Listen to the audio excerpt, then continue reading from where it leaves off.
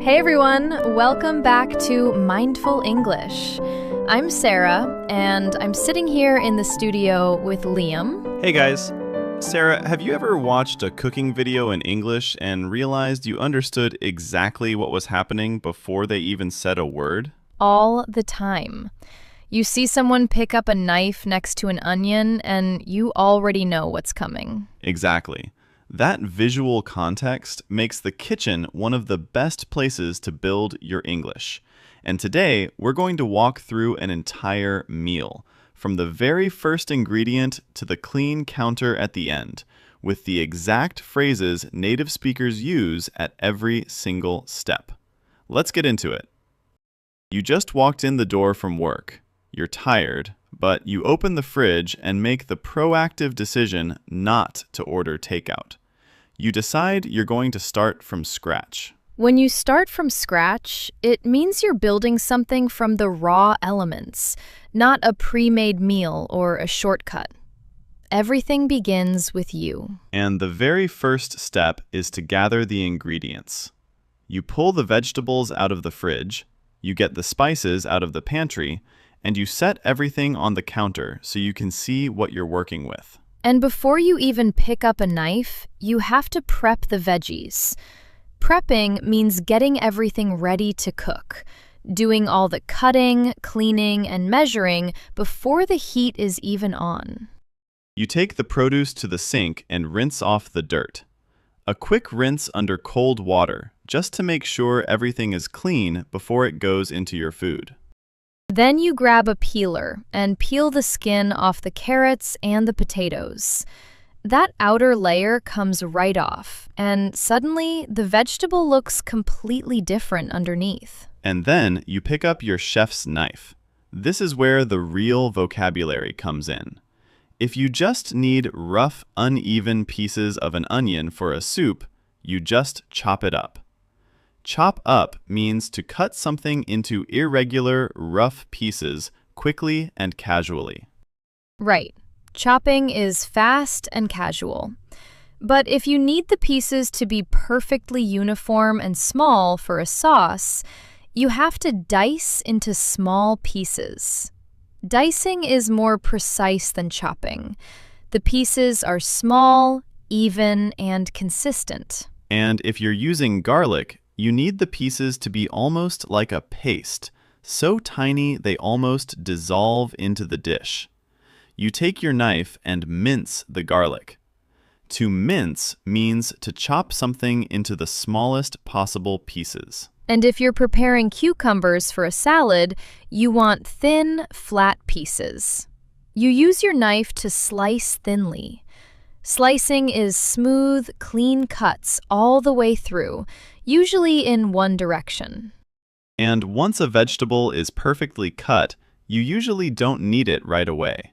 You just scrape it into a small bowl and set it aside. Set it aside means to put something in a separate place so it's ready when you need it, but out of your way for now. Setting things aside keeps your cutting board clear and your mind organized. Everything has its place, and you work through one ingredient at a time. But Sarah, what if we're baking bread or making pizza dough from scratch? That's a whole different vocabulary. It really is. Baking is so much more tactile. You put flour and salt in a large bowl, and you grab a wire whisk to whisk the dry ingredients together. Whisking means mixing quickly in a circular motion to combine and aerate the ingredients. And then you add your water, put the spoon down, and use your bare hands to push and fold the mixture. You have to knead the dough. Kneading means pressing, folding, and pushing the dough repeatedly until it becomes smooth and elastic. You do it until the texture is perfectly smooth, and then you can't rush it. You cover the bowl with a damp towel and let it rest. Or if it has yeast in it, you have to let it rise. Let it rise means to leave the dough alone so the yeast can produce gas and make it expand. That waiting period is where all the flavor happens. Okay, the prep is done. Now it's time for heat. If you're baking that dough, the very first thing you should have done was preheat the oven. Preheat means to turn on the oven ahead of time so it reaches the right temperature before your food goes in. But if we're cooking on the stove top, you reach out and turn on the stove. You place the pan over the flame and let the metal heat up the pan. You wait until you can feel the warmth radiating upward. And then you take your olive oil and drizzle some oil across the hot surface. To drizzle means to pour a small amount of liquid in a thin, slow stream. You're not dumping the oil in, you're letting it flow gently across the pan. The second the oil is shimmering, you grab your diced onions and garlic and you toss in the aromatics.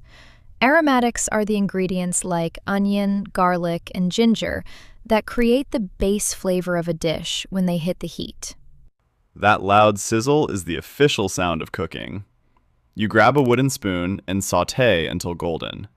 To sauté means to cook quickly over medium-high heat in a small amount of oil, moving the ingredients around so they cook evenly.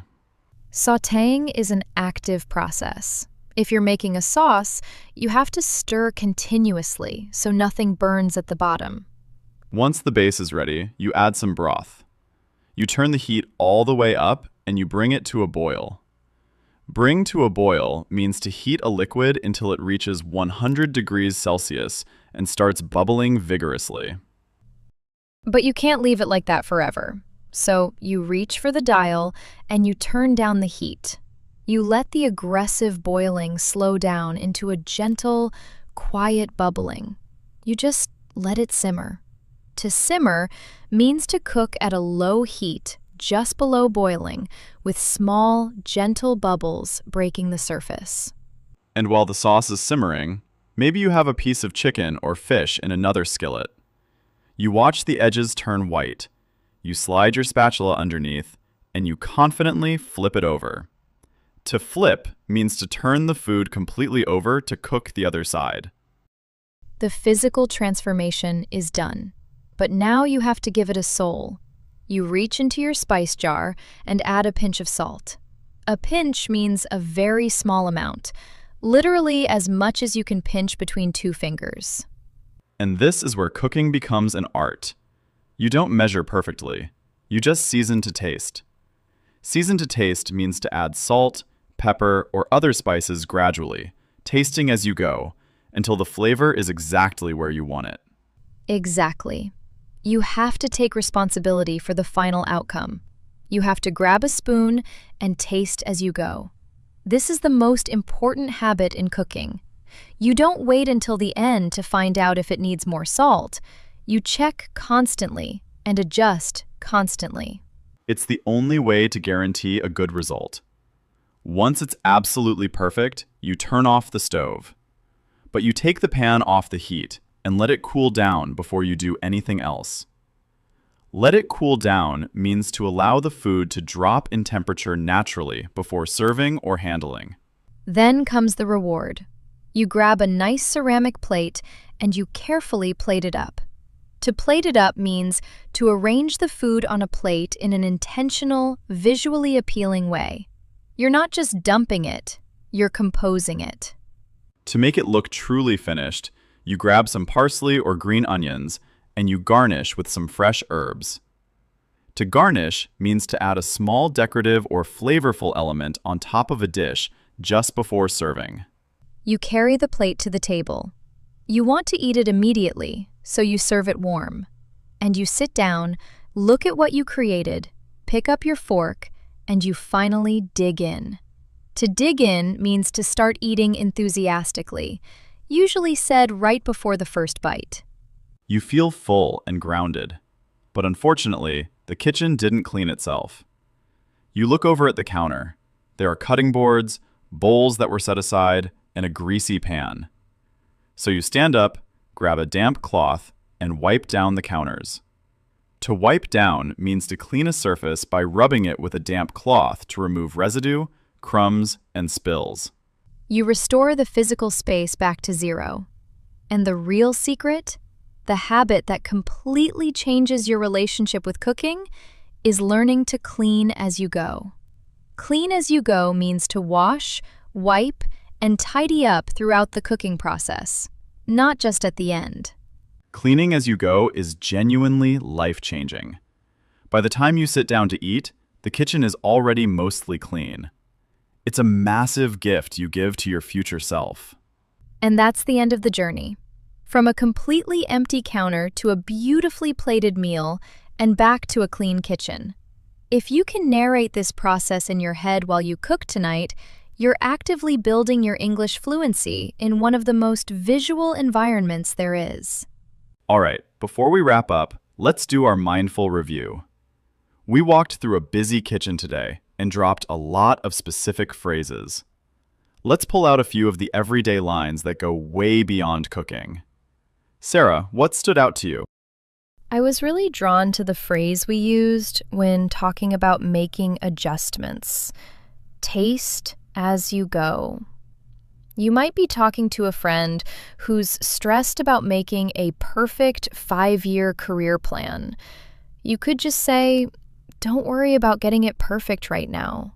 Just take the first step and taste as you go. It means make small, continuous adjustments based on what's actually happening, instead of waiting for a perfect plan. Or, if you're launching a new project at work, instead of waiting 6 months to see if it worked, you tell your team, let's put this out there and taste as you go. We can adjust the strategy as we learn more. Exactly. It's a very natural way to describe adapting in real time. My pick is clean as you go, because it works so well as a life philosophy. You might be training a new employee who's getting overwhelmed by emails piling up while they do other tasks. You share your strategy and say, whenever I finish a small task, I reply to one email. It really helps to clean as you go. Or you could use it about mental health. If you're talking to your partner about managing stress, you might say, I realized I can't ignore my anxiety all week and then deal with it on Sunday. I need to clean as I go. It means handling small things immediately so they don't build into something overwhelming. And the last one is start from scratch. Such a powerful phrase when someone needs a clean slate. If you're in a meeting and the current project is full of problems, you might say, this isn't working. I think we need to start from scratch. It implies letting go of what isn't working and building something strong from the very beginning. Or if you're talking about your own English journey, I learned a lot of grammar in school, but I couldn't actually speak. So I decided to start from scratch. A clean slate, a new foundation. Tonight, when you're in the kitchen, try narrating what you're doing out loud in English. Even just 1 or 2 phrases. That's where the real practice happens. And we'd love to hear from you. Which phase of cooking is the hardest for you? Is it finding the motivation to prep the vegetables, having the patience to let things simmer, or forcing yourself to clean up at the end? Tell us in the comments. We read every single one. And if you want more everyday English like today, our previous episodes are full of it. Everything from today is also in the pinned comment. Share this one with someone who loves cooking or wants to practice their English at home. Have a wonderful week, and we'll see you next time. Take care, everyone. Take care. Isn't this view incredible? Yes, the sunset is magical. I could ride this train forever.